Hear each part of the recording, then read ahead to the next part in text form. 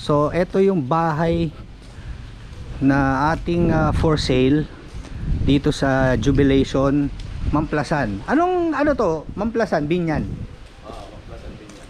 Binyan. This is ano to, brother? 200 square meters.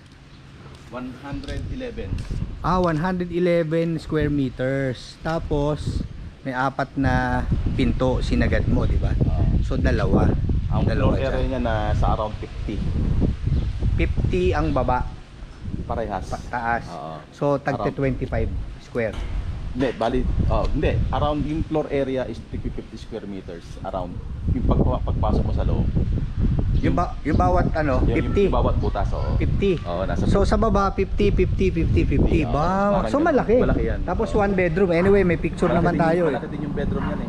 So ito yung entrance Yan ang entrance. ng pataas. Ayun na yung dalawang pinto. Yung dalawa. Kasi ito yung pasukan ng dalawang pinto. Okay. Ito isa, naka-sarili to yun. Oo nga, may sarili. Tapos meron din siyang access din. Oo nga, no. Ito lang, isa. So ito, kanto na to hanggang doon, ito yung isang bahay. So malaki. Tapos may aircon na. So this is for sale for 8 million. Binaba ko na, 7.5. Anyway, kung may offer naman, pwede tayong makipag-negotiate di ba? Negotiable, 7.5. Tapos, brother, yung nakatira, ito sa baba, magkano ang rental? Ito, 8.5. Ito, 8,000. 8,000. 7.5. 7,500. Okay. 7,500, 8,000, 8,500. So, ganun ang kita. So, mga almost 30,000 ng 31,000 ang monthly income.